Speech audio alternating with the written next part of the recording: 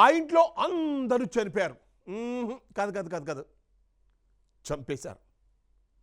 ఎలా చంపారు అంటే మేకలు కోసినట్టు పీకలను కోసి అడ్డంగా నరికేశారు.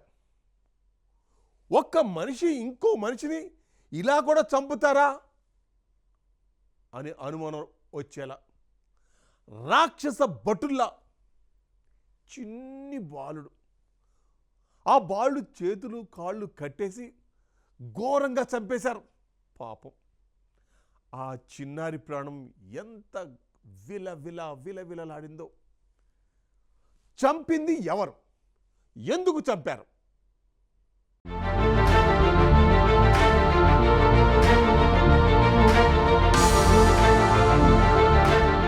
కర్ణాటక రాష్ట్రంలో జరిగిన ఓ ఫ్యామిలీ మరణాలు దేశాన్ని షాక్కు గురిచేశాయి. విదేశాల్లో ఉద్యోగం చేసిన అనుభవం ఐటీ ఉద్యోగి. ఆస్తిపాస్తులు భారీగా ఉన్నాయి. కన్సల్టెన్సీ పెట్టి విదేశాల్లో ఉద్యోగాలు ఇప్పిస్తున్నాడు. విదేశాల్లో స్థిరపడిన సోదరులు ఆర్థిక ఇబ్బందులు ఉన్నట్లు ఎప్పుడూ ఎవరికీ చెప్పలేదు. అలాంటి విషయమే ఎవరికీ తెలియదు. ఇలా ఏ కోణంలోనూ ఈ మరణాలకు ఇది అని స్పష్టమైన కారణాలు కనిపించకపోయినా ఆ వ్యాపారవేత్త తన భార్య, కొడుకు, తల్లిని చంపిన విధానం మాత్రం భయానకంగా ఉంది. ఆ తరువాత అతను ఆత్మహత్య చేసుకున్న విధానం సైతం పోలీసులను భయోందోళనకు, షాక్కు గురిచేశాయి.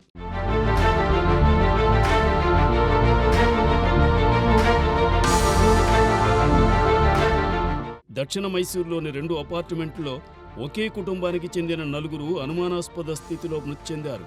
మృతులను వ్యాపారవేత్త చేతన్, ఆయన భార్య రూపాలి, వారి 15 ఏళ్ల కుమారుడు కుశాల్, చేతన తల్లి ప్రియంవదగా గుర్తించారు. వీరు ఒక్కొక్కరు ఒక్కోలా మృతి చెందారు. పోలీసులు తెలిపిన వివరాల ప్రకారం కుటుంబ పెద్ద చేతన్ తల ప్లాస్టిక్ కవర్లో చుట్టి వేలాడుతూ కనిపించగా, అతని కుమారుడు కుశాల్ కాళ్లు తాళ్లతో కట్టేసి గొంతు కోసి చంపబడి కనిపించారు. భార్య రూపాలి ఒంటిపై 6-7 కత్తిపోటతో రక్తపు మడుగులో పడి ఉంది. మరొక అపార్ట్మెంట్లో చేతన్ తల్లి ప్రియంవద గొంతు కోసి అచేతనంగా పడి ఉంది.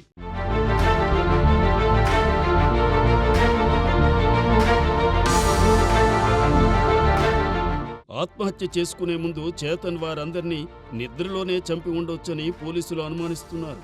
చేతన్ అత్తమామలు పోలీసులకు సమాచారం ఇవ్వడంతో ఈ సంఘటన వెలుగులోకి వచ్చింది.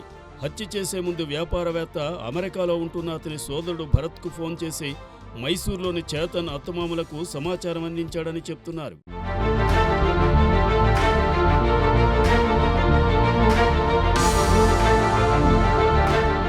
చేతన్ హసన్లోని గోరూర్ అనే గ్రామానికి చెందినవాడు. 2019లో మైసూరుకు తిరిగి రాకముందు దుబాయ్లో ఇంజనీరుగా పనిచేశాడు. తిరిగొచ్చిన తరువాత మైసూర్లో ఉద్యోగ కన్సల్టెన్సీ పెట్టాడు. ఉన్నత చదువులో ఉన్నవారికి దుబాయ్లోని పలు సంస్థల్లో ఉద్యోగాలు పొందేందుకు సహాయం చేశాడు.